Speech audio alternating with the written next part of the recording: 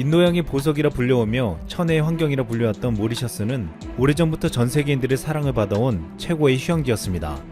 하지만 최근 이 모리셔스의 아름다움을 한순간에 깨뜨려버리는 일이 벌어졌습니다. 지난달 25일 모리셔스 동남쪽 해안에 자초한 일본 화물선 와카시오에서 기름이 유출된 것입니다. 자초한 화물선에는 5개 연료 탱크에 약 3,800톤의 중유가 실려 있었는데 이 가운데 1,080톤이 들어있는 연료 탱크가 파손된 것입니다. 화물선 소유회사인 이번에 시오센 미스이는 파손된 연료 탱크에서 1,000톤 이상의 중유가 유출된 것으로 보인다고 했습니다. 기름 유출은 지난 6일부터 시작되었고 모리셔스 당국은 환경 비상사태를 선포했습니다. 인구 130만 명의 작은 섬나라 모리셔스는 관광산업에 크게 의존하고 있었습니다. 안타깝게도 감염병 사태로 인해 수입이 줄어 어려웠는데 이번 사고로 더 큰 타격을 입었습니다.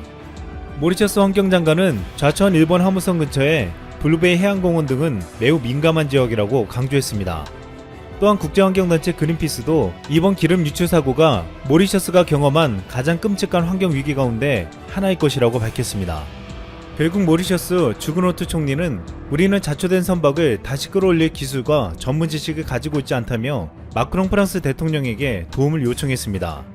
공교롭게도 얼마 전까지만 해도 모리셔스는 한국의 방역을 배워서 바이러스 통제에 성공했다고 알려졌었습니다. 블룸버그 통신은 인구 130만 명의 모리셔스의 방역 성공 요인이 한국에서 첫 번째 발병에 대처한 방식을 채택한 것이라고 꼽았습니다. 강력한 중앙정부의 지휘와 탄탄한 재정 뒷받침이 된 보건 시스템, 광범위한 검사 및 접촉자 추적과 격리수단을 결합한 방지 전략 등이 그것이었습니다. 이 때문에 모리셔스는 아프리카에서 인구당 가장 높은 검진율을 기록하며 5월까지 질병을 통제했고 희생자도 10명에 그쳤습니다. 이렇게 한국을 배워 방역에 성공한 모리셔스는 이제 관광업 재개를 기다리면서 바이러스 안전 여행지라는 명성을 내세울 참이었습니다. 하지만 이 같은 모리셔스의 꿈은 일본에 의해 참혹하게 무너졌습니다. 지금 모리셔스에서 선박사고를 낸 일본이 국제사회의 주목을 받으며 지탄받고 있는 이유가 있습니다. 최근 일본 도쿄전력은 후쿠시마 제1원자력발전소의 탱크에 보관 중인 방사능 오염수를 재정화한다고 밝히며 사실상 바다방류 수순을 밟을 것으로 알려졌습니다. 이 같은 보도에 일본 내 지역 주민뿐만 아니라 각국 전문가들이 우려의 목소리를 내고 있습니다. 지난 4일 도쿄신문에 따르면 도쿄전력은 지난달 30일 오염수 2,000톤을 9월부터 2주 동안 정화하고 이후 3-4개월 동안 2차 처리 결과 등을 분석할 계획이라고 밝혔습니다. 전문가들은 이 조치가 사실상 오염수를 바다로 흘려보내기 위한 것이라고 지적했습니다.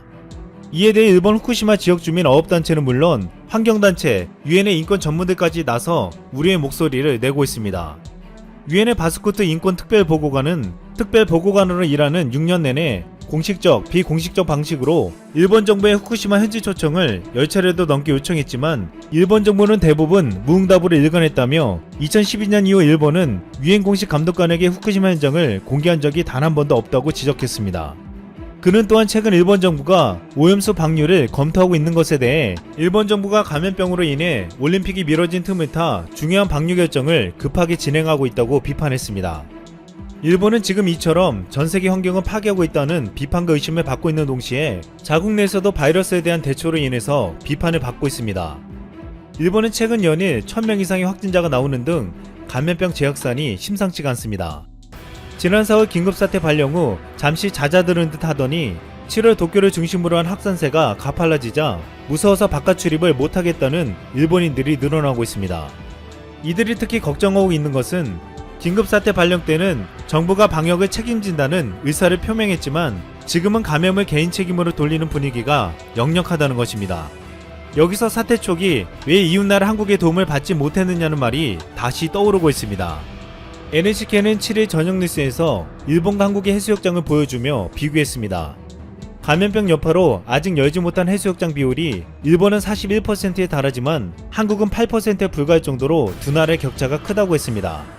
그 배경에는 IT를 앞선 한국의 방역 대책이 있다고 전했습니다.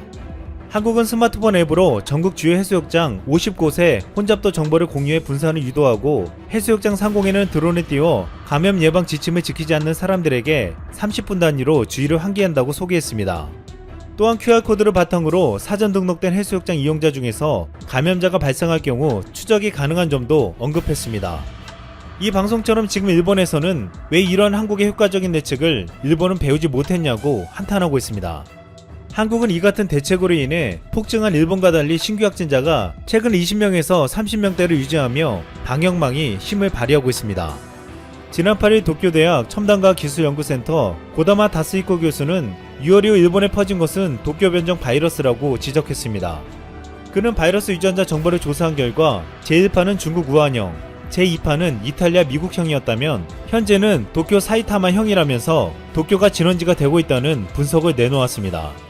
그러면서 정부가 총력을 다하지 않으면 이탈리아 밀라노, 미국 뉴욕의 전철을 밟게 될 것이라고 경고했습니다.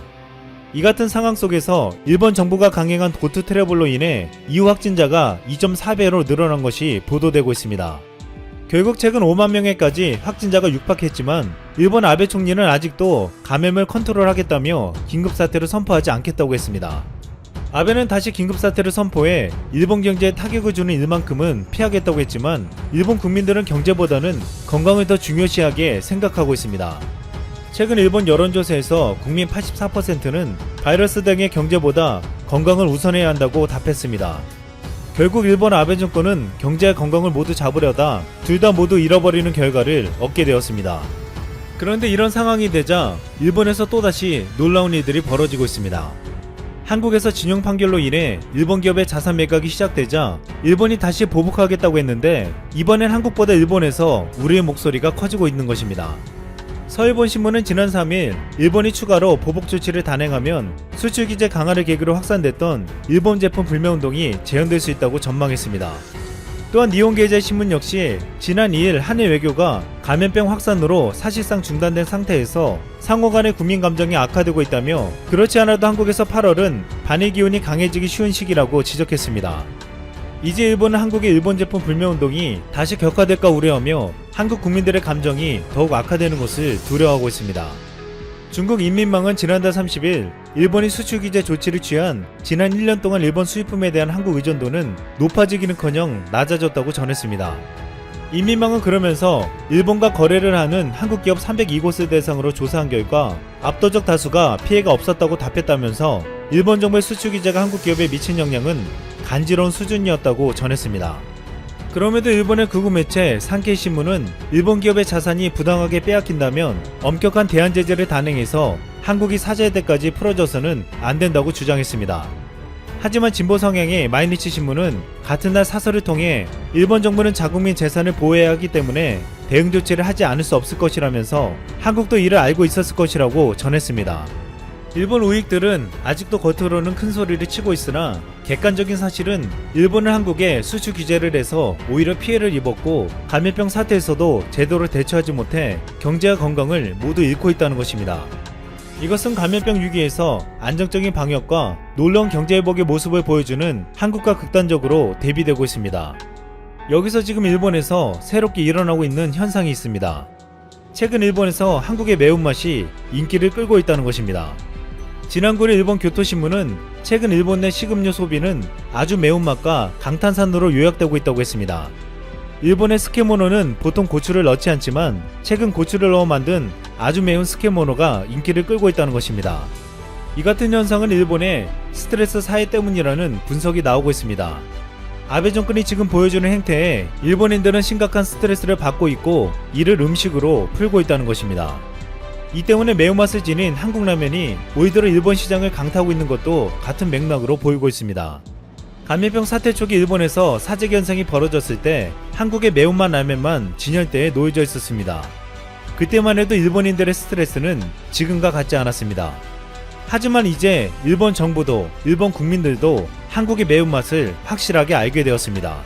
아베 총리의 상태가 심상치 않습니다. 일본의 교도통신은 아베 신조 총리가 지난달 자신의 사무실에서 피를 토했다는 주간 보도를 냈습니다. 화요일 신문 가판대를 강타한 주간지 플래시의 최신판은 아베 총리가 지난 오후 5시간 동안 아무런 활동도 보이지 않았다고 지적했다. 아베 총리는 지난 2007년 1년간 총리직을 수행하다가 장 질환으로 갑자기 사임한 이후 그의 건강 이슈는 줄곧 주목을 받아왔다. 2012년 아베 총리는 집권에 성공한 뒤 신약의 도움으로 궤양성 대장암을 극복했다. 그런데 최근 아베 총리는 일본 정부가 코로나 바이러스 대응을 일본 국민들에 설명하라고 요구했음에도 불구하고 한 달 이상 기자회견이나 국회 회기에 참석하지 않고 있다 라고 전했습니다. 블룸버그에 따르면 최근 JNN이 발표한 여론조사에서 아베 총리의 지지율은 35.4%로 사상 최저치를 기록했습니다. 일본 내 코로나 바이러스의 확산이 한국이나 동남아 국가들처럼 안정되지 않고 있는 데다가 최근 건강 이상 때문인지 기자회견 자리에 도무지 나타나지 않고 있어 소통조차 제대로 안 되고 있기 때문에 일본 국민들의 분노, 공포, 두려움이 폭발하기 시작한 것인데요. 이례적인 수준의 위기에 빠지자 일본은 또 한국을 이용해 상황을 모면하려 하고 있습니다. 1869년 일본이 다른 나라 침략을 강행한 일본 앞잡이들의 넋을 달래기 위해 설립한 도쿄 쇼콘자, 10년 뒤 메이지 천황이 도쿄 쇼콘자를 나라를 안정케 한다 라는 뜻의 야스쿠니로 이름을 개명했고 지금까지 250만 명이 넘는 일본인 침략자들, A급 전범, 심지어는 이들과 관련된 애완동물까지 이곳 야스쿠니 신사에서 받들고 있습니다. 자, 그런데 일본 정부가 일제강점기에 징병됐다가 전사한 한국인을 야스쿠니 신사에 합사했다는 충격적인 사실이 밝혀졌습니다. 한국인 유족들은 우리 아버지의 이름을 야스쿠니 신사에서 빼달라, 코로나19가 인간의 생명을 위협하는 위험한 병이지만 야스쿠니 신사도 코로나와 같은 맥락으로 인간의 생명을 위협한다 라고 외치며 일본 정부를 상대로 소송도 불사했습니다. 일본의 도발은 여기서 멈추지 않았습니다. 일본에서 차기 총리를 노리고 있는 정치인 고노다로 방위상은 일본이 북한을 공격할 때 한국을 신경 쓰지 않아도 된다 라는 충격적인 발언을 해 논란이 되고 있는데요. 고노다로는 지난 4일 왜 한국의 양해가 필요합니까? 일본이 일본의 영토를 방어하겠다는데 라고 전했고, 자민당은 적국이 미사일을 발사하려는 조짐을 보인다면 일본이 먼저 군사시설을 공격할 것이라 강조했습니다. 고쿠다 일본 공산당 국회 대책위원장은 본질은 바뀌지 않는다, 핵심은 선제 공격하는 것이다, 마치 불난집에서 도둑질을 하는 격이다 라는 발언을 해 큰 논란이 되고 있죠. 평화헌법 준수를 완전히 무시한 채 조만간 일본 정부가 새로운 미사일 지침을 발표할 것이라고까지 전했습니다. 자, 그런데 여기서 일본의 바람과는 다르게 한국이 지금까지는 볼 수 없었던 수준으로 일본에 강하게 맞서고 있어 일본을 당황하게 만들고 있습니다. 국회 외교통일위원장인 송영길 의원은 자신의 페이스북을 통해 이렇게 밝혔습니다. 주한미군 사령관 에이브럼스 사령관은 일본 해상자위대가 독도를 침범할 시 한국의 편에 서야 하는 것 아닌가 라고 말이죠. 송영길 의원은 헤이글 당시 미국 국방부 장관과 중국 인민해방군 관계자들이 한자리에 모인 자리에서 한 여성 장군이 이렇게 질문했죠. 야오인주의라는 여성 장군은 갸오이다오가 미일 안전보장조약의 방위 대상이라고 말한다면 독도는 한미 상호 방위 조약의 대상이 되어야 하는 것 아닌가? 그렇다면 독도를 실질적으로 지배하고 있는 한국의 영해를 일본이 군사적으로 침범한다면 미국은 한미 상호 방위 조약에 따라 한국의 편에 서서 일본의 조치를 취할 것인가? 라고 척 헤이글 장관의 도발적인 질문을 했다. 또한 그는 이번 고노다로 방위상의 발언에 일본에 똑같은 질문을 하고 싶다.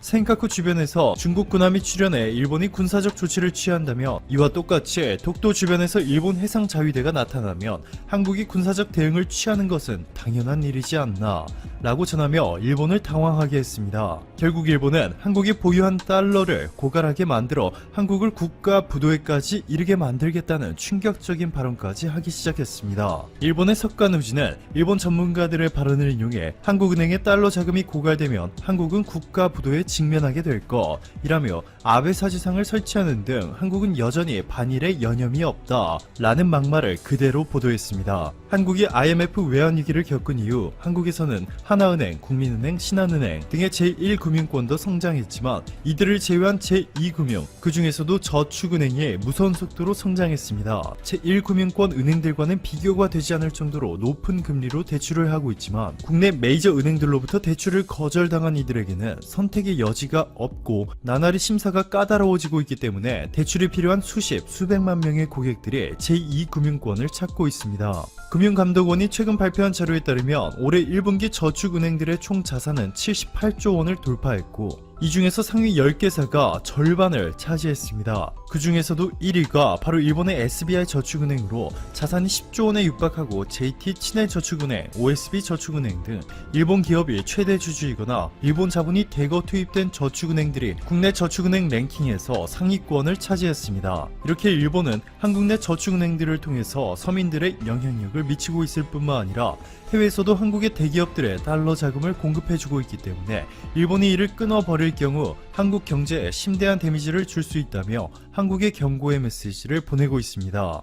자, 그런데 놀랍게도 한국은 이미 세계 수출 규모 순위 5위, 무역 흑자 규모 세계 5위를 기록 중이고 한국의 외화 보유고는 500조 원으로 IMF 때와는 비교가 불가능할 정도로 늘어났습니다. 또한 최근 한국은행이 미국의 중앙은행인 연방준비은행과 600억 달러 규모의 한미 통화 스와프를 6개월 연장하는 데 성공했죠. 통화 스와프는 간단히 말해 미래에 미리 정해놓은 환율로 상대국 통화를 교환할 수 있도록 하는 계약을 말합니다. 즉 미래에 한국의 원화가 갑자기 폭락한다 하더라도 한국은 현재 정해놓은 환율로 600억 달러 규모의 미국 달러를 얻을 수 있다는 것이죠. 그만큼 한국의 원화의 신뢰도가 글로벌 시장에서 상승하고 있다는 것을 의미하고 일본의 금융 제재도 무용지물로 만들어버리기에 충분한 규모였습니다. 이뿐만이 아니죠. 일본이 한국에 보복하겠다며 공개했던 비자 제한, 관세 인상, 수출 규제 강화 등 모든 보복성 카드들에 한국 정부는 눈에는 눈, 이에는 이로 맞서겠다고 강하게 나왔고 한국에는 지소미아 종료라는 비장의 카드가 있음을 강조했습니다.